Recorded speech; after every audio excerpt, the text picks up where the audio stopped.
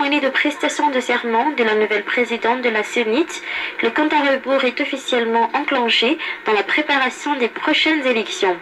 Le président de la transition, les chefs d'institution et les chefs de gouvernement, accompagnés de quelques ministres, ont assisté à cette cérémonie de prestation de serment qui revêt une importance capitale pour la Grande Île.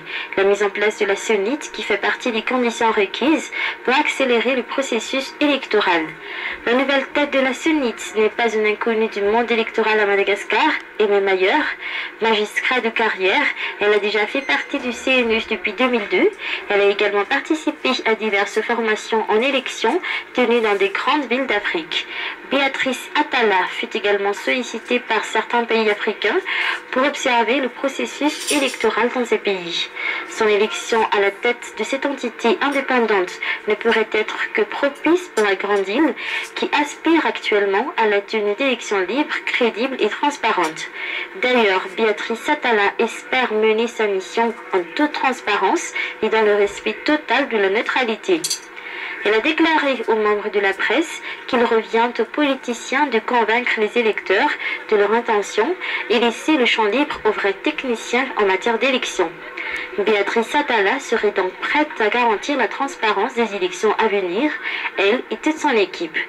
De nombreux pays partenaires de la Grande Île ont déjà manifesté leur volonté de soutenir le processus électoral régi par la CENIT, entre autres la France et l'Union européenne. L'OIF a même déclaré qu'elle enverra des experts électoraux à Madagascar d'ici peu. Mais en attendant, les membres de la CENIT devront s'atteler tout de suite à leurs tâches à partir de la semaine prochaine. La passation de service entre le président sortant et la nouvelle présidente prévue se tenir vendredi prochain.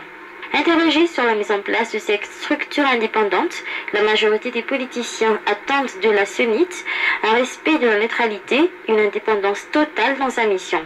La mouvance Ravalman avance par ailleurs que l'établissement du calendrier électoral relève du domaine de la CENIT en accord avec les Nations Unies. Faut-il rappeler que le président de la transition l'a déjà fait remarquer aussi lors de son intervention médiatique de vendredi dernier. La date des élections ne dépend pas du président de la transition, a-t-il indiqué.